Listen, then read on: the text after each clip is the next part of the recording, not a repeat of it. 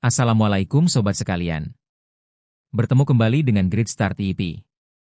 Kini kita akan bahas review dari gelaran MotoGP seri ke-20 yaitu MotoGP atau Grand Prix Malaysia 2025.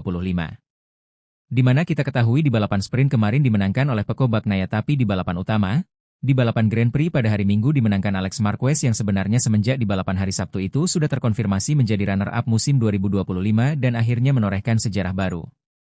Di mana saudara kandung kakak beradik ini berhasil finish posisi 1 dan 2 di klasemen akhir kompetisi balap MotoGP semenjak pertama kali di tahun 1949 sekitar 76 tahun. Di posisi kedua itu ada yang namanya Pedro Acosta. Terus habis itu disusul posisi ketiga ada yang namanya Joan Mir. Sayang banget di sini Pecco Bagnaia akhirnya DNF lagi dan 0 poin. Dan kali ini di balapan Malaysia itu sebenarnya dia sudah melakukan sesuatu yang bisa dibilang bagus banget. Dia berada di zona podium. Namun akhirnya ada penyebab lain yang tidak bisa dia kendalikan yang akhirnya membuat dia harus 0 poin dari balapan utama MotoGP Malaysia. Seperti kita ketahui akhirnya terkonfirmasi oleh Michelin selaku supplier tunggal dari ban yang dipakai di MotoGP, Pecco Bagnaia mengalami tekanannya berkurang di ban belakang soft yang dia pakai. Pecco Bagnaia di balapan utama dia menggunakan ban dengan kombinasi medium soft dan akhirnya dia mengalami kayak tekanan berkurang karena ban bocor. Bocor tapi bukan karena ketusuk paku. Tapi dia karena ketusuk atau pukture dari kemungkinan menurut Pierre Masu dari Michelin atau sobek atau ketusuk yang namanya pecahan karbon dari fairing yang diperkirakan merupakan mungkin hasil atau merupakan bagian dari crash yang terjadi di Sticking Lab pada saat Moto3 antara juara dunia Moto3 2025, Jose Antonio Rueda dan Noah Deadwiller. Dan mengenai masalah Noah dan juga Rueda ini juga cukup membuat banyak banget perhatian dan bahkan membuat skedule MotoGP berubah. Akhirnya Alex Marquez itu berhasil menang walaupun dia sudah terkonfirmasi menjadi runner-up musim ini. Ini adalah pencapaian podium dia yang ke-11 di tahun 2025 dengan 11 podiumnya Alex Marquez termasuk kemenangan dia artinya bedanya 4 kali dengan abangnya yaitu Marc Marquez yang mengoleksi 15 kali podium di tahun ini. Cuma memang kemenangan atau podiumnya Marc Marquez banyak diisi oleh kemenangan-kemenangan di balapan utamanya. Dengan ini, Ducati di seri ke-20 MotoGP 2025 itu telah mengoleksi 17 kali kemenangan. Wow! 17 kemenangan dari 20 seri. Bisa dilihat berapa persen tuh. Jadi hanya 3 doang artinya 3 itu kalau 220 itu 1,5. Itu artinya berapa? 85% disapu bersih kemenangannya oleh Ducati di tahun ini. Dan ini menyamakan jumlah kemenangan Ducati di tahun 2023 sebanyak 17. Dan ini merupakan kemenangan terbanyak kedua. Sementara terbanyak pertama itu terjadi di tahun lalu ketika fight antara Pecco Bagnaia dengan Jorge Martin dan di situ tahun 2024 tercatat 19 kali Ducati menang. Udah menang banyak ketambahan lagi. Jadi banyak lagi di balapan utama di MotoGP Sepang Malaysia 2025. Setelah mengantarkan Alex Marquez menjadi runner-up dari musim ini yang memperoleh medali perak, terus habis itu bisa mengantarkan Fermin Aldeguer menjadi Rookie of the Year. Walaupun terganjar penalti 8 detik, penambahan waktu 8 detik dan turun sampai posisi 7 dia tetap menjadi Rookie of the Year mengalahkan Augura yang poinnya paling dekat. Dan yang ketiga yang terkonfirmasi di balapan utama adalah Gresini Racing berhasil mengalahkan tim VR46 Racing Team. Ini sebuah kemenangan yang cukup besar buat Gresini Racing. Dengan status dia yang bukan tim nomor 2. Gresini adalah tim nomor 3 dari Ducati. Tim nomor 1 Lenovo Ducati. Kalau di Ducati, nomor 2 adalah VR46. Karena Vistik adalah tim satelit yang disupport sama Factory. Terus yang ketiga baru tim benar-benar tim satelit atau tim independennya Ducati yaitu Gresini Racing. Menjelang seri ke-21 nanti di Portimao itu sekarang Gresini Racing itu telah mengoleksi 146 poin di depan VR46. Ini benar-benar merupakan pencapaian yang luar biasa. Dan paling banyak yang memberikan sumbangsi dari kemenangan Gresini Racing terhadap VR46 itu adalah Alex Marquez dan Alex Marquez sendiri telah menjadi runner-up di tahun ini. Dan itu juga banyak andilnya adalah ketika dia banyak banget finish persis di belakang abangnya terutama mulai dari awal musim. Alex Marquez seperti yang kita ketahui dia sempat dijuluki MRP2 karena selalu P2, P2, P2, P2 terus terutama di paruh pertama musim 2025. Dan konsistensi inilah yang membuat Alex Marquez terkonfirmasi menjadi runner-up musim 2025.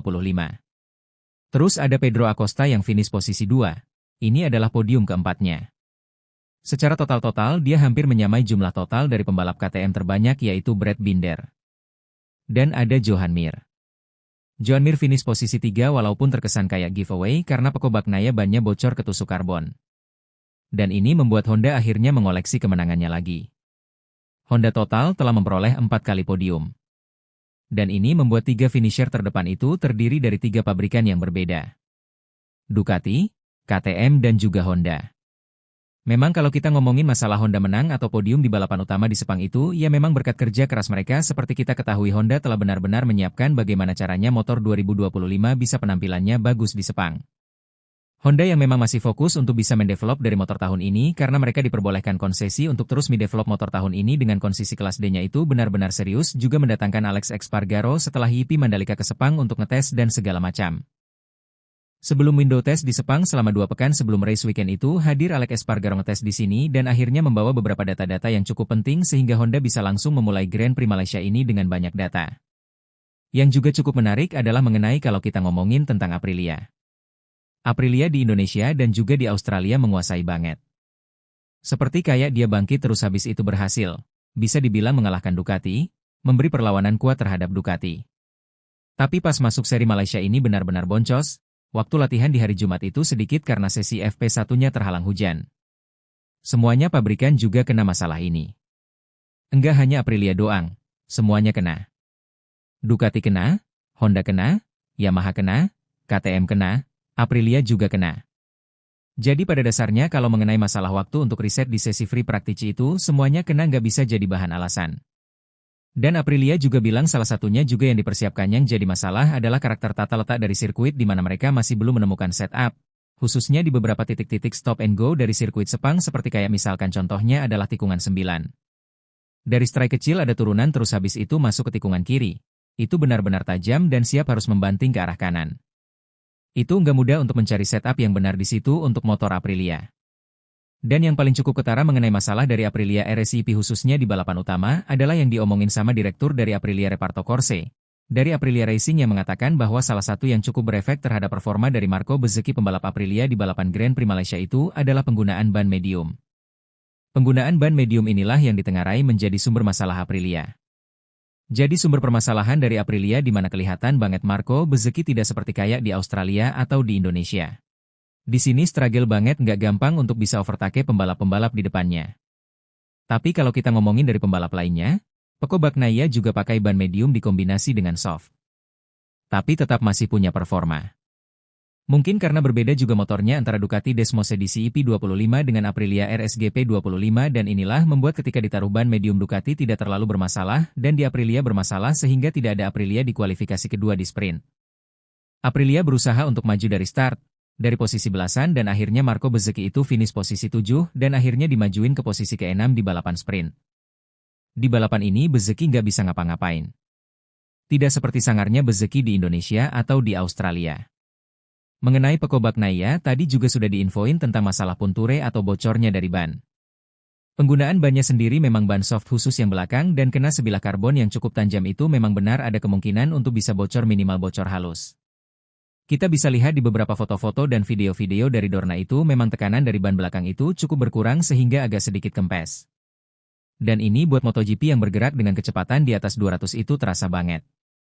Turun segitu di kecepatan tinggi itu cukup terasa. Dan memang ketika kalau kita ngomongin masalah Pecco Bagnaia yang berbeda ketika di Malaysia ini juga cukup baik. Itu salah satunya adalah yang sempat diinformasikan Ducati ke beberapa media yaitu di Malaysia. Pecco Bagnaia itu memperoleh update khusus dari Ducati. Mengenai penggunaan atau memberikan solusi dari apa sasisnya. Ada beberapa solusi entah itu sasis baru ataukah sasis yang telah dimodifikasi dari sasis yang sekarang ini dipakai. Dan memang solusi ini sebenarnya solusi yang pernah digunakan di seri sebelumnya. Cuman di seri-seri sebelumnya itu tidak berhasil sementara di Sepang akhirnya berhasil dan memenangkan balapan sprint.